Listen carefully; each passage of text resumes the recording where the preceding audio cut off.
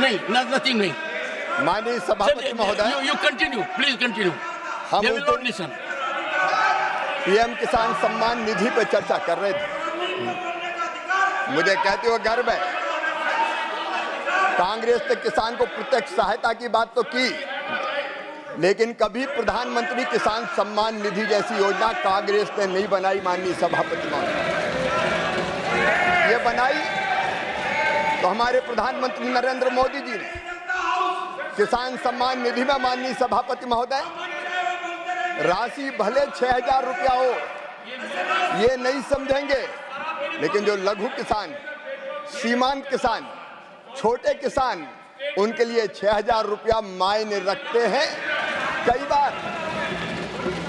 कई बार माननीय सभापति महोदय किसान को आदान के लिए, छोटी छोटी जरूरतें पूरी करने के लिए छोटी राशि की जरूरत पड़ती थी, और जब पैसा नहीं होता था तो उसको ऊंची ब्याज की दरों पर लेना पड़ता था। इस किसान सम्मान निधि के कारण किसान स्वावलंबी भी हुआ है, किसान सशक्त भी हुआ है, और किसान का सम्मान भी बढ़ा है। यह किसान का सम्मान देख नहीं सकते माननीय सभापति महोदय। एक रिपोर्ट माननीय सभापति महोदय, जो हमारी नहीं है, अंतर्राष्ट्रीय खाद्य नीति अनुसंधान संस्थान की है, एक स्वतंत्र अध्ययन के अनुसार पीएम किसान योजना के तहत वितरित धनराशि ने ग्रामीण आर्थिक विकास में उत्प्रेरक का काम किया है, किसानों के लिए ऋण संबंधी बाधाओं से मुक्त किया है और कृषि क्षेत्र में निवेश को बढ़ाया है। इस योजना ने किसान की जोखिम लेने की क्षमता को भी बढ़ाया है, जिससे वे कृषि क्षेत्र में संभावित रूप से अधिक उत्पादक निवेश करने में सक्षम हुए हैं। माननीय सभापति महोदय, माननीय किसान महोदय, माननीय सभापति महोदय, मैंने कहा था मुझे छेड़ो मत, अगर छेड़ोगे तो छोड़ूंगा नहीं। ये किसान गोलियों की बात कर रही है। माननीय सभापति महोदय, इस कांग्रेस की सरकार जब इनकी थी, अलग अलग राज्यों में गोली चलने की बात करते हैं। इनके साथ ये दिग्विजय सिंह जी बैठे, खून से हाथ इनके सने 24 किसानों को मारा। माननीय सभापति महोदय, मैं केवल विषय में बोलना चाहता था। आप क्यों करे? अब इनने छेड़ा है, अब इनने छेड़ा दिए। सुन लें मंत्री जी को। 1986 में जब कांग्रेस की सरकार बिहार में थी, 23 किसानों की मौत गोलीबारी से हुई थी इनकी सरकार। 1988 में दिल्ली में श्रीमती इंदिरा गांधी जी के पुण्यतिथि पर किसानों पर गोली चलाई गई। माननीय सभापति महोदय, उसमें 2 किसान मारे गए। 1988 में मेरठ में इनने किसानों पे फायरिंग की, 5 किसान मारे गए। 23 अगस्त 1995, अब सुन के जाओ, दम है तो सुन के जाओ मंत्री जी, सुन के जाओ। 23 अगस्त 1995 हरियाणा में गोली चलाई, 6 किसान मारे गए। 12 जनवरी 1998 मुल्ताई में किसानों पर गोली चली, कांग्रेस की सरकार थी, 24 किसान मारे गए। नंदीग्राम आंध्र प्रदेश में 2010 में 2 किसान मारे गए। 8 मई माननीय मंत्री जी, माननीय सभापति जी, मैंने कहा था मैं शालीनता से बात करना चाहता हूँ। एक सेकंड बैठिए, स्थान ग्रहण कीजिए। लेकिन ये छेड़ेंगे तो मैं छोड़ूंगा नहीं। माननीय मंत्री जी, स्थान ग्रहण कीजिए, स्थान ग्रहण कीजिए। माननीय सदस्यगण, ये दुर्भाग्यपूर्ण भी है और दर्दनाक भी है। किसान वर्ग देश का सबसे महत्वपूर्ण वर्ग है। उस वर्ग के बारे में जब चर्चा हो रही है तो हर सदस्य का ये मौलिक कर्तव्य है कि वो चर्चा में गंभीरता से भाग ले। मैंने इस विषय पर चर्चा को जिसने जितना समय मांगा उतना दिया और मुझे उम्मीद थी कि सरकार का पक्ष सुनकर यदि कोई बात निकलेगी तो कानून के तहत मुद्दा उठाया जाएगा। जो व्यवधान पैदा किया गया है वो नियमों के विपरीत है। जो व्यवधान पैदा किया गया है मेरे निर्देश के बाद वो शासन की अवहेलना है। ये अत्यंत गंभीर है। माननीय सदस्य रणदीप सुरजेवाला जी ने, जिन्होंने चर्चा की शुरुआत की थी, आज मुझे दुखी मन से कहना पड़ रहा है, किसान के हित को तिलांजलि देते हुए, संजीदगी का परित्याग करते हुए माननीय मंत्री जी के भाषण में अवरोध पैदा करने का जो प्रयास किया, उसका मैं खंडन करता हूं, प्रतिकार करता हूं, निंदा करता हूं। दूसरा, मैं सदन के सभी सदस्यों से आग्रह भी करूंगा, जब एक कोने से कोई व्यवधान पैदा होता है तो बिना मेरी तरफ देखे हुए, बिना आसन की व्यवस्था का इंतजार किए हुए दूसरे कोने से व्यवधान हो जाता है। इधर से कोई बोल रहा है तो उधर व्यवधान हो जाता है, उधर से कोई बोल रहा है तो इधर से भी हो जाता है। मेरा आपसे आग्रह रहेगा, सदन में चर्चा को सार्थक बनाइए, जन कल्याण के लिए बनाइए। यही हमारा उत्तरदायित्व है। लोग हमको देख रहे हैं और सदन की कार्यवाही में, गुणवत्ता में तो निरंतर कमी आ रही है। लोग हमारी तरफ अब आदर की तरफ से नहीं देखते। लोग ये नहीं देखते कि सदन में क्या चर्चा हो रही है। मेरा आपसे हाथ जोड़कर आग्रह है, इस सदन को, इसकी पवित्रता को संरक्षण दें। सर्जन बाद में होगा जब एक बार संरक्षण देंगे। माननीय मंत्री जी, अपना बयान जारी रखें। माननीय सभापति महोदय, इस सदन में किसानों पर चर्चा हो रही है और किसान भी इसको ध्यान से सुनते हैं। मैं पूरी गंभीरता से अपनी बात पूरी करना चाहता हूं, लेकिन मैं जब कृषि मंत्री बना माननीय सभापति महोदय, तो मुझे लगा कि मुझे जितने प्रधानमंत्री भारत में आज तक हुए हैं उन सबके भाषणों को पढ़ना चाहिए। और सबसे महत्वपूर्ण भाषण होता है 15 अगस्त का, स्वतंत्रता दिवस का, लाल किले की प्राचीर से। मैंने सोचा किसानों के लिए किस प्रधानमंत्री जी ने क्या कहा। आज मैं दुख के साथ ये तथ्य उद्घाटित कर रहा हूं, जब मैंने वो भाषण पढ़े तो मैं हैरत में रह गया, हैरान हो गया। मैंने जो उस दिन कहा था, कांग्रेस की प्राथमिकता किसान नहीं है। स्वर्गीय पंडित जवाहरलाल नेहरू जी, उनका आदर करता हूं, लेकिन उनके भाषण मैंने 15 अगस्त के सारे भाषण पढ़े। 1947 एक बार किसान का नाम नहीं लिया, 48 में एक बार, 49 में नहीं लिया, 50 में नहीं लिया, 51 में नहीं लिया, 52 में नहीं लिया, 53 में नहीं लिया, 54 में नहीं लिया, 55 में नहीं लिया, 56 में नहीं लिया, 57 में नहीं लिया, 58 में नहीं लिया, 59 में नहीं लिया, 60 में नहीं लिया, 61 में नहीं लिया। किसान शब्द नहीं आया। ये मैं पढ़ के कह रहा हूं माननीय सभापति महोदय, किसान शब्द नहीं आया। यह आपकी प्राथमिकता है। माननीय सभापति महोदय, स्वर्गीय इंदिरा गांधी जी, मैं हर एक की गरिमा का सम्मान करता हूं, कभी किसी के सम्मान को ठेस पहुंचाने वाली भाषा बोलने का मैं आदी नहीं हूं, लेकिन मैंने उनके भाषण भी पढ़े। 66 में 2 बार, 67 में 1 बार, 68 में 3 बार, 69 में 3 बार, 70 में 1 बार, 71 में, 72 में लिया नहीं, 73 में 2 बार, लेकिन कैजुअली, कोई नीति नहीं, कोई पॉलिसी की बात नहीं करी। 75 में, 76 में, 80 में 1-2 बार कैजुअल नाम दिया। स्वर्गीय राजीव जी, उनकी प्राथमिकता भी कभी किसान नहीं रहा, कांग्रेस की प्राथमिकता किसान नहीं रहा। और जब हमारे नेता नरेंद्र मोदी भारत के प्रधानमंत्री बने, मैंने उनके भाषण पढ़े।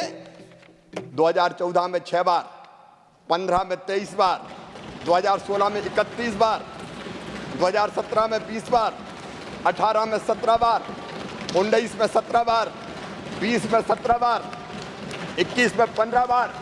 अब भाषण उठा के देख, किसान का नाम, खेती को प्राथमिकता, और माननीय सभापति महोदय, जो बात दिल में होती है जवान पे वही आती है। इनके दिल में किसान नहीं था, नरेंद्र मोदी जी के दिल में किसान था, इसलिए जुबान पे किसान बार बार आता। पर मैं एक बात और कह के अपनी बात फिर किसान पर ही केंद्रित करूंगा। मुझे किसी को गाली देना अच्छा नहीं लगता, मैं कभी आलोचनाओं में विश्वास नहीं करता, लेकिन नाटक से किसान की जिंदगी नहीं बदलेगी। माननीय सभापति महोदय, एक नेता जिन्होंने बड़ी यात्राएं निकाली, बड़ी बड़ी यात्राएं, उस यात्रा के दौरान माननीय सभापति महोदय हरियाणा गए, सोनीपत रियल दिखने के लिए रील बनाई। खेत में एक पुराना वीडियो देख रहा था मैं, सभापति महोदय 2023 का वीडियो है सोनीपत का। अचानक एक खेत में पहुंच जाते हैं, किसानों से ज्यादा वहां कैमरामैन थे, कैमरे पहले से फिक्स थे, कहां फोकस किए जाएंगे ये तय था। 2 लोग पकड़ के उनको खेत में ले जा रहे हैं। खेत में पहुंचने के बाद उनको पता नहीं खेत में करना क्या है, तो वहां पूछ रहे हैं कैमरामैन से कैसे खड़े होना है, क्या करना है, क्या करना है। माननीय सभापति महोदय, मेरे पास उसकी ये पूरी की पूरी वीडियोग्राफी की सीडी है। ये मैं सभा के पटल पर रखना चाहता हूं। माननीय ऑथेंटिकेट कीजिए और सदन के पटल पर रखिए। मैं ऑथेंटिकेट करके सदन के पटल पर रखता हूं। ये नाटक करते हैं किसान के नाम पे। इसके टेक्स्ट कहां खड़ा होना है, क्या सभापति महोदय during course of the day जी रख दीजिए। कहां खड़ा होना है, कैमरे लगाओ, लोग देख लें कि हम किसान हैं। जब इनको हल भेंट किया जाता तो ये पूछते ये है क्या। और एक स्वर्गीय प्रधानमंत्री जी ऐसे हुए हैं कि जिनने जब देखा कि लाल मिर्ची के दाम हरी मिर्ची से दादा है तो उन्होंने कहा किसानों ये लाल मिर्ची क्यों नहीं उगाते। ये खेती की बात करेंगे माननीय सभापति महोदय, ये किसानी की बात करेंगे। जहां चर्चा करने हो कर लें। मैं किसान का बेटा भी हूं और खुद भी किसान हूं, खेती करता हूं। और तो मैं कह रहा था किसानों के बारे में भाजपा ने सोचा, हमारे प्रधानमंत्री नरेंद्र मोदी जी ने सोचा। माननीय सभापति महोदय, आप खुद किसान हैं, हम समझते हैं। टोडरमल जी के जमाने से किसानों के सारे अभिलेख व्यक्ति संधारित करता था। पटवारी, रेवेन्यू का अमला, अंग्रेज आए उनने वो प्रथा जारी रखी, कांग्रेस में वो प्रथा जारी रही। मैं सबको बेईमान नहीं कहता, लेकिन अगर सब पटवारी खराब नहीं है, लेकिन कोई के मन में आ जाए रिकॉर्ड में हेरा फेरी करनी है, तो कई बार हमने देखा धन्ना की नाम जमीन पन्ना के नाम चली गई। रामलाल बेचारा खेती कर रहा है, बरसों बाद पता चला ये जमीन तो श्यामलाल की हो गई। एक ने अनेकों घोटाले होते थे, जिंदगी भर कोर्ट में मामले चलते थे। अब ये चीजें कांग्रेस को समझ में नहीं आ सकती। माननीय सभापति महोदय, अगर फसल खराब हो जाए किसान की और राहत की राशि के लिए सर्वे करना तो कौन करता था, नजरी आकलन आदमी करता था, रेवेन्यू का। और कई बार उसके मन में आ जाए बेईमानी। मैं मुख्यमंत्री रहते हुए नरसिंहपुर जिले में गया, हमने पर्याप्त राहत की राशि दी। वहां जाके किसानों ने मुझे शिकायत की कि मुख्यमंत्री जी, जिसका गन्ना बोया था उसको गेहूं की फसल खराब होने का ओले के बाद मुआवजा दे दिया। पटवारी के मन में अगर आ गया तो इधर के उधर लिख दी। माननीय सभापति महोदय, कई सब शिकायतें हर एक राज्य में आती है। इस व्यवस्था को ठीक करने की जरूरत थी और मैं हमारे विजनरी प्रधानमंत्री श्रीमान नरेंद्र मोदी जी को हृदय से धन्यवाद देना चाहूंगा। भारत के किसानों की ओर से उन्होंने डिजिटल कृषि मिशन शुरू करने का संकल्प लिया। माननीय अध्यक्ष सभापति जी, मुझे कहते हुए गर्व है कि किसानों को आधार की तरह एक डिजिटल पहचान दी जाएगी। किसान आईडी बनाई जा रही है, जिसको किसान की पहचान के रूप में जाना जाएगा। इस किसान आईडी को राज्य के भूमि के रिकॉर्ड के साथ जोड़ा जाएगा। माननीय सभापति जी, अब किसान कोई भी फसल बोएगा, उसके रिकॉर्ड में हेरा फेरी नहीं हो सकती, क्योंकि वो डिजिटल है। आदमी गड़बड़ नहीं कर सकता। और फसल अगर बोई गई है तो बोने के बाद जैसी फसल आती है, मोबाइल से वीडियोग्राफी करके उसको सुरक्षित कर दिया जाएगा, ताकि कोई फसल कौन सी बोई है उसमें गड़बड़ ना कर सके। और किसानों के नुकसान का आकलन अब हम ये व्यवस्था बना रहे हैं कि आदमी नहीं करेगा, व्यक्ति नहीं करेगा, सीधे रिमोट सेंसिंग के माध्यम से होगा। जैसा नुकसान होगा वो 100% वैसे ही आ जाएगा और किसान को पूरा, जो पात्र किसान है, पूरी राहत दी जाएगी। ये डिजिटल कृषि मिशन का हम प्रारंभ कर रहे हैं। माननीय सभापति महोदय, खेती के लाभ को अगर बढ़ाना है तो होलिस्टिक दृष्टिकोण अपनाना पड़ेगा। मेरे प्रधानमंत्री जी ने मुझे निर्देश दिया कि बैठ के सोचो, खेती और खेती से संबंधित सारे विभाग एक दिशा में कैसे सोचे। विभाग अलग अलग हो सकते हैं सभापति जी, लेकिन हम जानते हैं केमिकल फर्टिलाइजर विभाग अलग है, लेकिन खेती से उसका संबंध है। जल शक्ति विभाग अलग है, खेती से संबंध उसका है।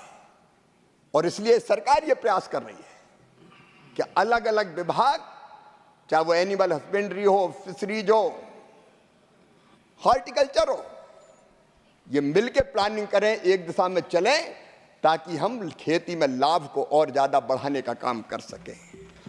एकीकृत दृष्टिकोण ये सरकार अपनाएगी। मोदी है तो मुमकिन है। माननीय सभापति जी, हम कृषि का विविधीकरण करें। माननीय सभापति महोदय, केवल अनाज की खेती नहीं, फलों की खेती, फूलों की खेती, सब्जियों की खेती, औषधि खेती, एग्रो फॉरेस्ट्री, और उसके साथ साथ माननीय सभापति महोदय, पशुपालन, अनेकों प्रकार, मधुमक्खी पालन, अनेकों प्रकार के काम को जोड़ के छोटे और सीमांत किसानों को भी ज्यादा लाभ कैसे हो सके, उसकी योजना ये सरकार बना रही है। मुझे कहते हुए खुशी है माननीय सभापति महोदय, आईसीआर ने अलग अलग एग्रो क्लाइमेटिक जोन के आधार पर विभिन्न जलवायु क्षेत्रों में 74 एकीकृत कृषि प्रणाली विकसित की है। हम ये प्रयत्न कर रहे हैं माननीय सभापति महोदय कि छोटा किसान, 1 हेक्टेयर का किसान, क्योंकि जोत के आकार काफी छोटे हैं हमारे देश में, वो उसमें कैसे लाभ कमा पाए। वो केवल अनाज नहीं, बाकी फसल भी लगाए, उसके साथ सहायक काम भी चलाए। इसका एक मॉडल बनाए, हम मॉडल फार्म बना रहे हैं और किसान को एजुकेट करेंगे कि 1 हेक्टेयर में भी फायदे की खेती करना है।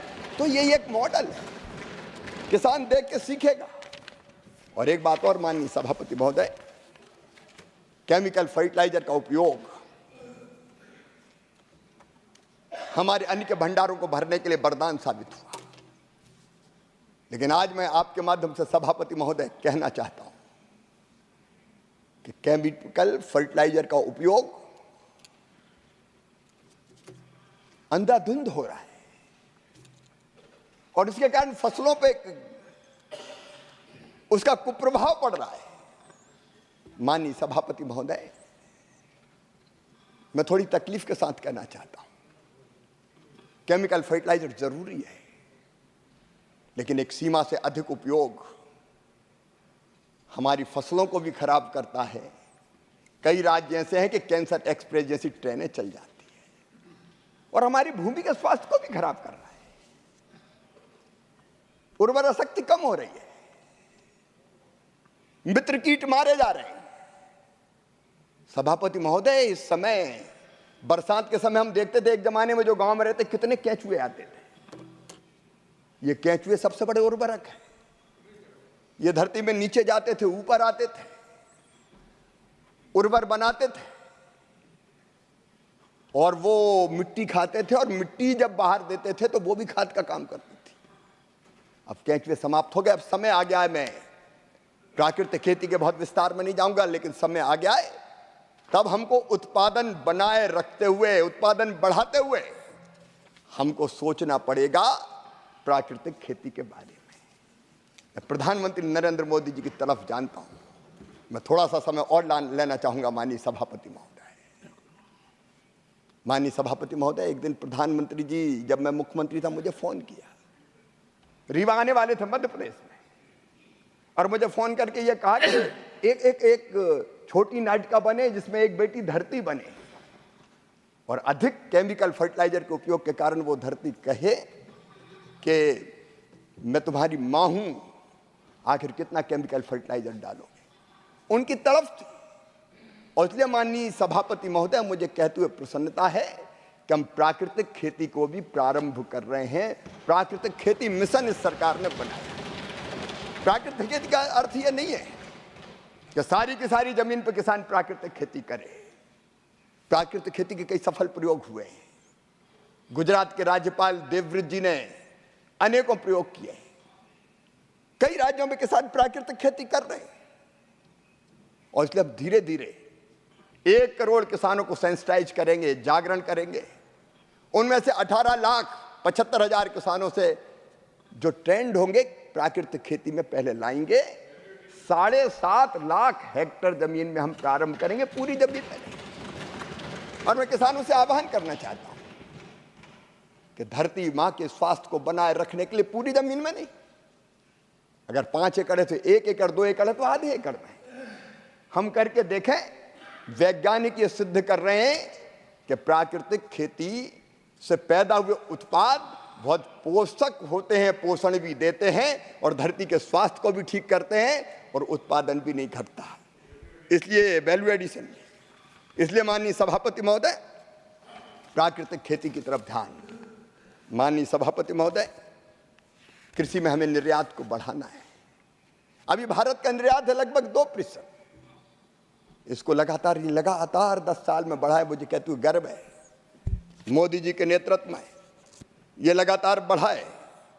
माननीय सभापति महोदय, 10 साल में चावल का निर्यात 17,749 करोड़ रुपए से बढ़ के 51,096 करोड़ रुपया हो गया है।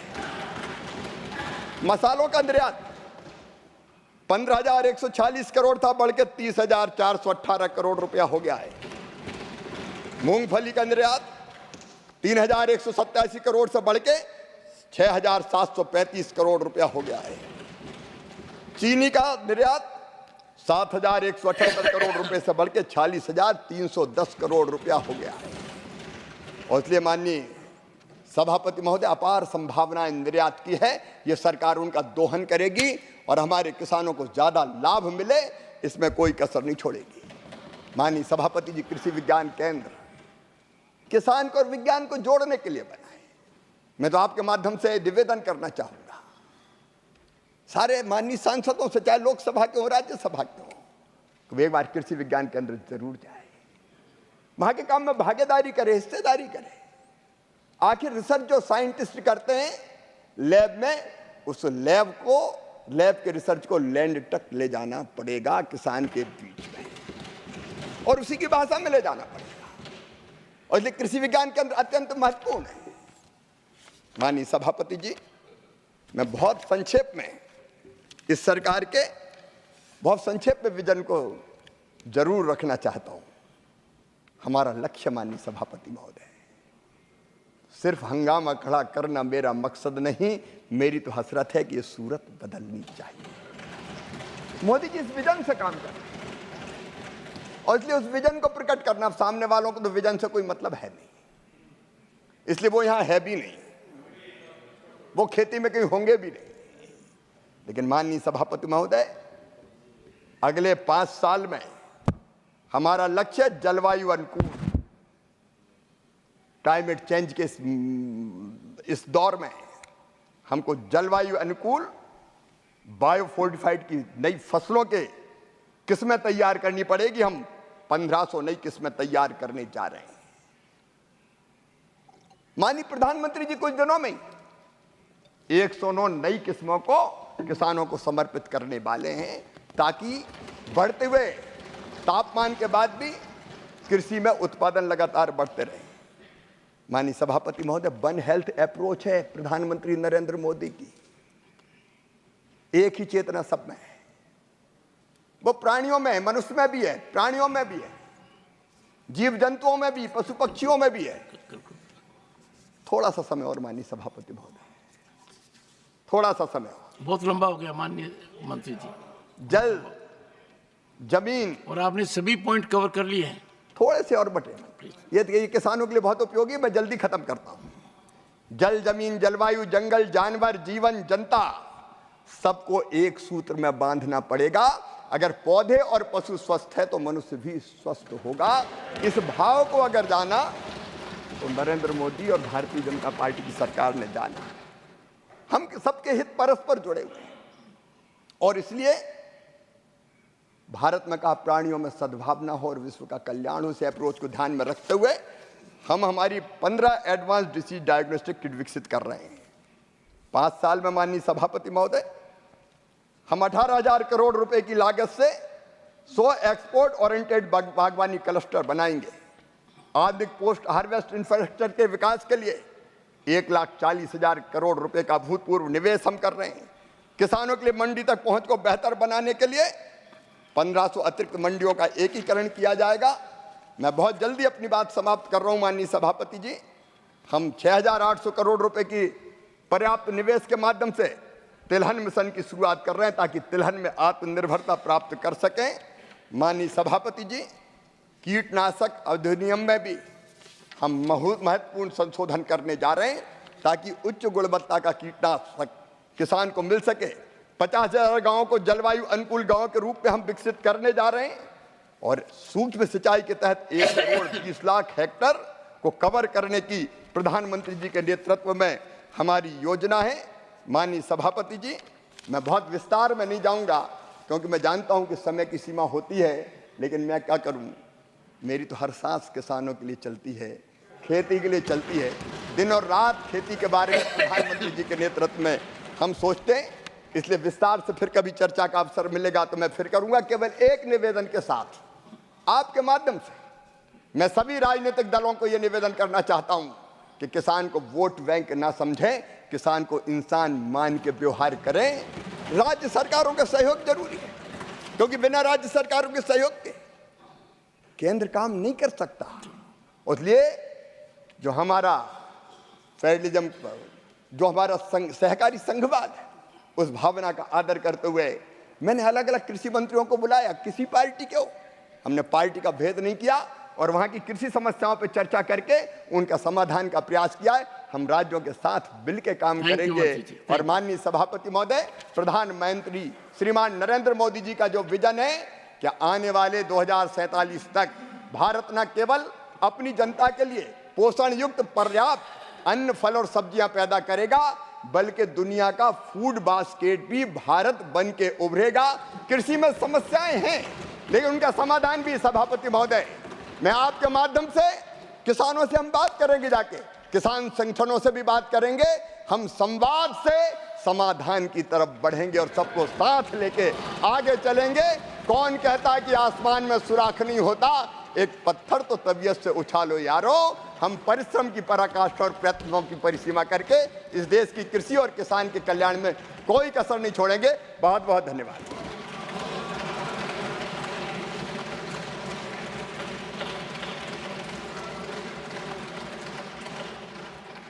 माननीय मंत्री जी, किसान के दिल में घुस जाइए, और जो भी समाधान बाकी है अविलंब उसका निराकरण हो। ये देश के हित में है, देश के विकास में बहुत सहायक होगा। मैं मानकर चलता हूँ कि आप अपने मंत्रालय में पहली बार शुरुआत कर रहे हैं, इससे बड़ी प्राथमिकता कोई देश के लिए हो नहीं सकती। माननीय सदस्यगण,